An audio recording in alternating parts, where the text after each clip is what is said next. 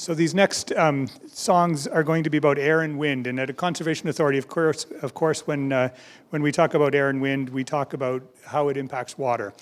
Lake Erie is the shallowest of the Great Lakes. The shallowest part of the Great Lakes system entirely is the Western Basin, which is just off of our shores here in Windsor, Essex.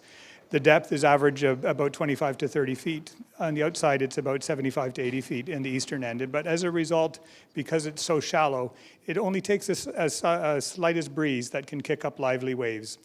What happens actually is the winds cause what we call wave setup. So you actually get a situation where the winds are blowing the water from the eastern end of Lake Erie down to the western end of Lake Erie. So when we have really high water levels, as we do right now, because of the water in the Great Lakes system, that wind actually adds water to the levels of water that we do have. And in some cases, the difference between the eastern end of Lake Erie and the western end of Lake Erie can actually be up to 15 feet in change of elevation because of that water. So you can imagine when we have a very flat, shallow landscape as we do here, and when we're surrounded by water, water has to go somewhere. And that's what we're seeing even right now, where we're seeing parts of our region that are being affected by flooding. We've seen water that's affecting areas in Leamington, areas in the North Shore along Lake St. Clair, and that happens across the way, that this water causes these problems that we experience.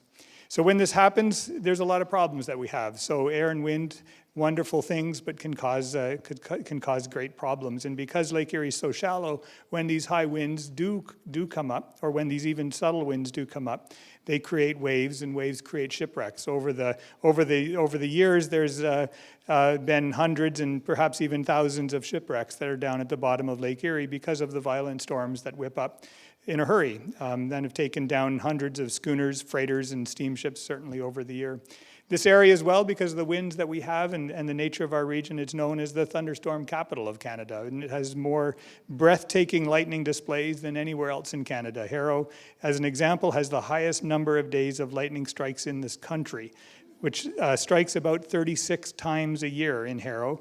Windsor, though, holds the record for lightning strikes with 47 in 1 year, and that's Canada's also highest lightning density of 2.8 flashes per kilometer. So that's pretty exciting stuff when you're in the middle of a storm and maybe watching it from a distance. But we've all seen the damages that winds can cause as well with some of the tornadoes and other wind events that we do have. I'm going to touch a little bit later on about some of the impacts of climate change and how these changing storms and winds are affecting our region. But it also, on the positive note, being in a southern part as we are of Ontario and southern part of Canada, it also means that our weather and our climate, our air and our landscape provides more growing days than anywhere else in Ontario. So despite the delays that we've had this spring, I hope many of you have been able to get out into your gardens.